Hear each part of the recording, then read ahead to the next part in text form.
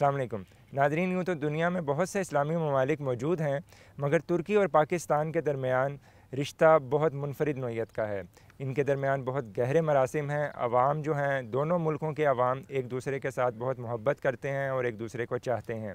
और ये दोस्ती और मोहब्बत का रिश्ता उस वक़्त से कायम है जब खिलाफत की कबा टूट रही थी और बर्रे सग़ीर के मुसलमान, यहाँ पर बसने वाले जो मुसलमान हैं, उन्होंने अपने तन मन धन जो हैं वो वार दिए थे तुर्की की खिलाफत को बचाने के लिए। आज पाकिस्तान और तुर्की के दरमियान तिजारती सतह पर, सफ़ारती सतह पर, इखलाकी सतह पर, अवामी सतह पर बहुत गहरे मरासिम मौजूद हैं। और अब ये जो मरासिम हैं सदर एर्दोगान के आने के बाद मज़ीद मुस्तहकम और मज़बूत हुए हैं। इस वक्त हमारे दरमियान मौजूद हैं पाकिस्तान में तुर्की के सफ़ीर जनाब एहसान मुस्तफ़ा युर्दकुल साहिब। हम तुर्की उर्दू की तरफ से इनका ख़ुसूसी शुक्रिया अदा करते हैं। मैं चाहूँगा सर कि सबसे पहले हम आपके बारे में बात करें।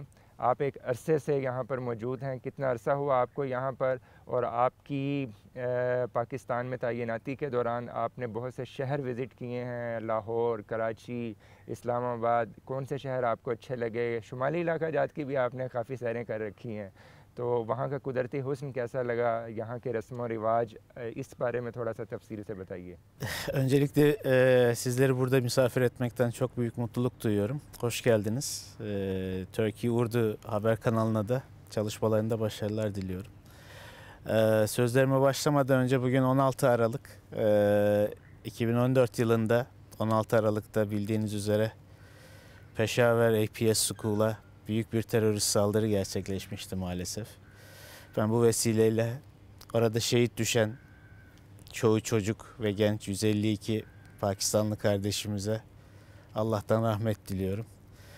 Allah bir daha böyle acılar yaşatmasın. Bu terörizm belasını inşallah bütün ülkelerin başından, başta Türkiye ve Pakistan olmak üzere def etsin. Sizin de sorduğunuz gibi ben burada Pakistan'daki Türk Büyükelçisi olarak görevimi 3 yıldır sürdürüyorum. Burada bulunmak benim için çok özel bir mutluluk. Çünkü Türkiye ile Pakistan arasında benzerine çok az rastlanan bir bağ var. Bu dostluğun, normal ilişkilerin çok ötesinde bir bağ. Ve bunu attığım her adımda, görüştüğüm her kişide izlemenin mutluluğunu, gururunu yaşıyorum. Türk bayrağına, Türkiye temsilcisine burada gösterilen saygı, ilgi ve muhabbet gerçekten bizler için çok büyük bir mutluluk kaynağı. O yüzden bazen şakayla karışık Pakistan'da görev yaptıktan sonra başka bir yerde görev yapmanın ne kadar zor olacağını da arkadaşlarımla paylaşıyorum. Pakistan çok farklı bir coğrafi ve kültürel bütün. Çok güzel bir mozaik. Çok büyük oranda Pakistan'ı gezme şansım oldu. Kuzeyden güneye, büyük şehirlere çoğu yerini dolaştım. Her yeri bir başka güzel. Çok bereketli topraklar. Çok güzel insanlar. Çok hüsnü kalple size yaklaşan insanlar. Çok zengin bir kültürün üzerinde oturuyor Pakistan. Dünyanın en eski medeniyetlerinden bir tanesine ev sahipliği yapan topraklar burası. Onun da izlerini her yerde görüyoruz. Şehirler arasında bir tercih yapmak çok zor. Ama özellikle kuzey bölgeleri, Peshawar şehrini, Peshawar mutfağı ile birlikte çok sevdiğimi söylemem lazım. सफ़ीर मोहतरम, हमने सुना है कि आपको क्रिकेट से बहुत ज़्यादा दिलचस्पी है और अभी आपने पिछले दिनों एक ट्वीट भी किया था कि टर्की की फ़ीमेल क्रिकेट टीम जो है वो T20 खेलना चाहती है। इसकी ज़रा थोड़ी सी हमें तफसीलात बताएं। Ben bir itiraf yapmam gerekiyor. Pakistan'a gelmeden önce, yani 3 yıl önceye kadar kriket hakkında herhangi bir bilgim yoktu. Çünkü Türkiye'de kriket sporu maalesef çok yaygın sporlardan biri değildi o dönemde. buraya gelince kriketin insanların ne kadar ilgisini çektiğini ve Pakistan'ın bir numaralı sporu olduğunu görünce benim de bu spora olan ilgim arttı. Sağ olsun bazı dostlarımız da burada benim bu ilgimin artmasına vesile oldular. Hatta bir tanesiyle Peşaver Zalmi Kulübü'nün başkanı Cavit Afridi kardeşimle burada bir kriket tanıtım etkinliği de yaptık bu bahçede. Ve Peşaver Zalmi takımı ile birlikte 3 tane genç kriketçimiz PSL'e katılmışlardı. Oradaki havayı görmek, takımla beraber olmak, sporun dinamiklerini daha iyi anlamak üzere. O da çok yararlı bir faaliyet olmuştu. Ve aynı zamanda kriket sporu Türkiye'de bağımsız bir federasyona şu an için bağlı değil. Emerging Sports Federation, yani gelişmekte olan sporlar federasyonu adı altında bir federasyonumuz var. Diğer bazı sporlarla beraber kriketle de ilgileniyorlar. Güzel tanıtım faaliyetleri yapıyorlar.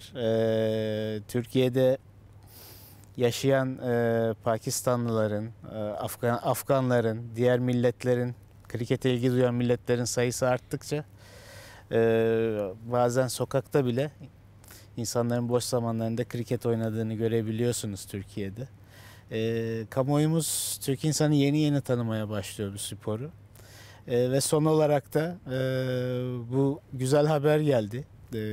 Bayanlarımız, kadınlarımız T20 Dünya Kupası elemelerine katılacaklar inşallah. Tam tarihlerini şu an için bilmiyorum ama herhalde Covid vesaire durumları nedeniyle tam bir kesin maç takvimi ortada olmayabilir. Ama tarihimizde ilk defa bu elemelere katılacağız ve başarılı olmaya çalışacağız. Biz kriket sporunu Türkiye ile Pakistan arasındaki bağın yeni ve geliştirici bir unsuru olması için çalışmalarımıza devam edeceğiz. सफ़ीर मोहतरम, ये drama serial Ertugrul के बारे में मैं पूछना चाहूँगा। दो सवालात हैं मेरे। एक तो थोड़ा ये बताइए कि अर्तुरुल ने पूरी दुनिया में मकबूलियत के रिकॉर्ड कायम किए हैं, मगर पाकिस्तान ने वो सारे रिकॉर्ड तोड़ दिए हैं और रेटिंग में जो है वो पाकिस्तान पूरी दुनिया में बेहतरीन जो है उसने रेटिंग हासिल की है अर्तुरुल ड्रामे की। ये सारा पाकिस्तान का में इतनी मकबूलियत आपको कैसी लगी? एक तो मेरा ये सवाल है। दूसरा, इसके साथ ही मैं चाहूँगा कि आप ये बताइएगा कि इसका इम्पेक्ट पूरी दुनिया में क्या पड़ रहा है, इसको आप कैसे देख रहे हैं? मतलब ये कि मगरिब जो है वो बहुत परेशान है इस हवाले से, और उसने ये भी कहा जा रहा है कि ये एर्दवान का सकाफ़ती हमला है और ये सॉफ्ट बम है, तो आप इस चीज़ को कैसे देखते हैं? Yani şöyle başlayayım ben. Tabii ben buraya gelmeden önce Ertuğrul Türkiye'de gösterime girmişti ve çok büyük bir popülarite kazanmıştı. Ve daha sonra diğer bazı ülkelerde de gösterime başlandı. Bazı dijital yayın platformları üzerinden Pakistan'da da ilk gösterimler yapıldı. Ama bunlar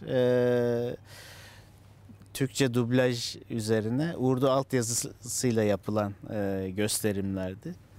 Daha sonra Sayın Başbakan İmran Han'ın çok büyük gayret ve teşvikiyle biz çalışmalarımızı hızlandırdık. Ve Allah'a şükür TRT ile PTV arasında bir mutabakat sağlandı. Ve Ertuğrul Urduca dublajla, seslendirmeyle Pakistan'da gösterilmeye başlandı. Ben açıkçası bir şey bekliyordum. Bir ilgi, Ertuğrul'un ilgi göreceğini Pakistan'da bekliyordum. Ancak bu kadar büyük bir deprem yaratacağını, doğrusunu isterseniz ben de beklemiyordum. Bu çok güzel bir sürpriz oldu.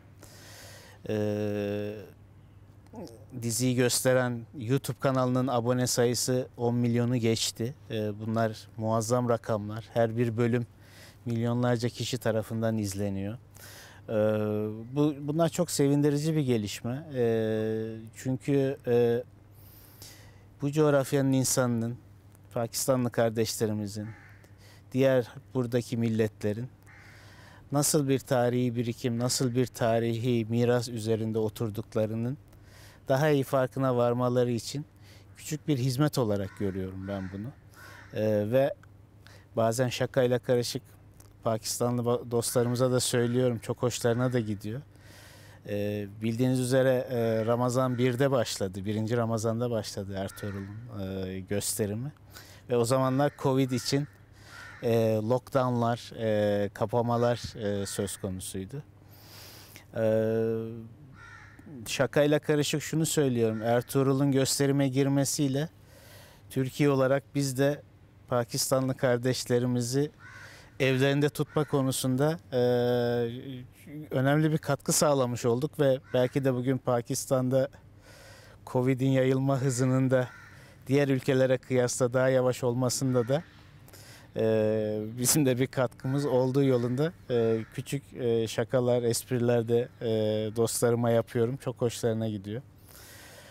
İkinci soru, Türkiye'nin bu diziyle neyi amaçladığı? Önce şunu söylemek lazım. Türkiye, Amerika Birleşik Devletleri'nden sonra bu dizi ihracatında, drama ihracatında dünyada 2. sırada. Türk dizilerinin sadece Pakistan'da veya Güney Asya'da değil, dünyanın pek çok bölgesinde çok büyük sayılarda izleyicisi var. Yani çok rağbet gören, talep gören bir sektör, Türk dizilerinin oluşturduğu sektör. Ve biz bundan gayet mutluyuz. Hem ülkemizin tanıtımı açısından, hem film sektörünün gelişimi açısından. Bunlar güzel haberler. Bunlara böyle biraz komplo teorisi kılıklı yakıştırmalar yapmayı çok doğru bulmuyorum. Bizim malımız ortada. Beğenen izler, beğenmeyen başka şeyler tercih eder. Ama şunu da söylemek lazım. Hollywood'un veya başka bir ülkenin sektörü tarihi gerçekleri doğru yansıtmayan, ülkelerin kültürleri hakkında, geçmişleri hakkında doğru bilgiler vermeyen birçok TV dizisini oynatıyorlar, gösteriyorlar. Onların bu iş faaliyetleri çok fazla yankı bulmuyor ama nedense Türkiye'nin bu TV dizileriyle oluşturduğu dinamik çok büyük fırtınalar koparıyor. Ben buna reklamın iyisi kötüsü olmaz diye bakıyorum. Biz çok zengin bir tarihi, kültürel birikimin üzerinde oturuyoruz. Türkiye olarak ve geniş coğrafyamız olarak. Bu coğrafyanın hem kendi insanımıza hem başkalarına olabildiğince güzel yönleriyle tanıtılması bence hiç kötü ve üzerine başka anlamlar yüklenecek bir faaliyet değil. Ben herkesin evlerinde Türk dizilerini seyrederek eğlenmesini, hoşça vakit geçirmesini tavsiye ediyorum. मोहतरम सफ़ीर, तुर्की ने सेहत में, मेडिकल में और तालीम में बेपनाह तरक्की की है और बड़ी इनकलाबी तरक्की हुई है और अब तुर्की में मेडिकल टूरिज़म भी शुरू हो गया है। ये तमाम जो शोबे हैं, इन तमाम शोबों में तुर्की ने कैसे तरक्की की, वो कौन से किसको मॉडल को सामने रखा और उस मॉडल को सामने रखते हुए आपने तरक्की की ये मनाजिल जो है वो तय की हैं? Türkiye sizin de söylediğiniz gibi özellikle son dönemde sağlık turizmi olsun, turizmin diğer alanları olsun, kültürel turizm, inanç turizmi, yani özetle söylemek gerekirse hizmetler sektöründe çok önemli adımlar attı. Bunda çeşitli etkenler var. Birinci etken bizim Osmanlı'nın son dönemi ve Cumhuriyet'le beraber zaten kurmuş olduğumuz çok önemli bir insani gelişmişlik altyapısı vardı. Doktorlar, mühendisler, mimarlar, sanat insanları vesaire gibi çok önemli bir zenginliğimiz çok uzun süreden beri var. Bunların daha iyi harekete geçirilmesi gerekiyordu.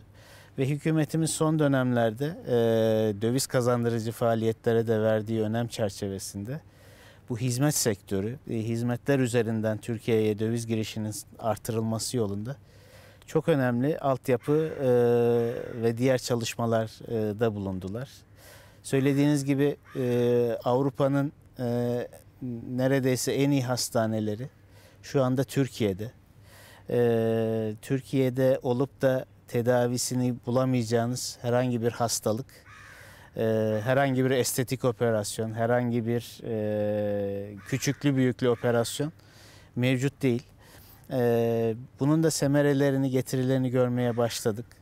Dünyanın her yerinden, Körfez ülkelerinden, Orta Doğu'dan, Güney Asya'dan, Pakistan'dan ve diğer yerlerden, Avrupa'nın birçok bölgesinden Türkiye'ye bu sağlık turizmi çerçevesi altında çok önemli hasta ve turist girişlerine sahibiz. Çok şükür bunlar da bu Türkiye'de aldıkları hizmetlerden çok memnunlar. Bu faaliyetlerimizi Pakistan başta olmak üzere diğer ülkelerle daha fazla, daha da ilerletmek istiyoruz. Çünkü Pakistanlılar açısından baktığımızda mesela karaciğer nakli, diğer organ nakilleri konusunda bazı komşu bölgelere, komşu ülkelere seyahatleri, oradaki prosedürler vesaire onlar için hem zorluk arz ediyor hem de daha maliyetli. Benzer işlemlerin Türkiye'de yapılabilmesi hem hizmet kalitesi açısından daha verimli hem de fiyat olarak daha avantajlı. O yüzden ben hem Pakistanlı kardeşlerimizi hem de iki ülkenin sağlık sektörleri temsilcilerini bu fırsatları daha iyi değerlendirmelerini ve bu sağlık turizmi akışkanlığını daha fazla sağlamalarına teşvik etmek istiyorum. Sayılar gayet tatmin edici düzeyde. Türkiye'ye olan ilgi turistik açıdan da, sağlık turizmi açısından da son derece yüksek. Bunun böyle devam etmesi için elden gelen bütün çalışmaları, gayretleri göstereceğiz.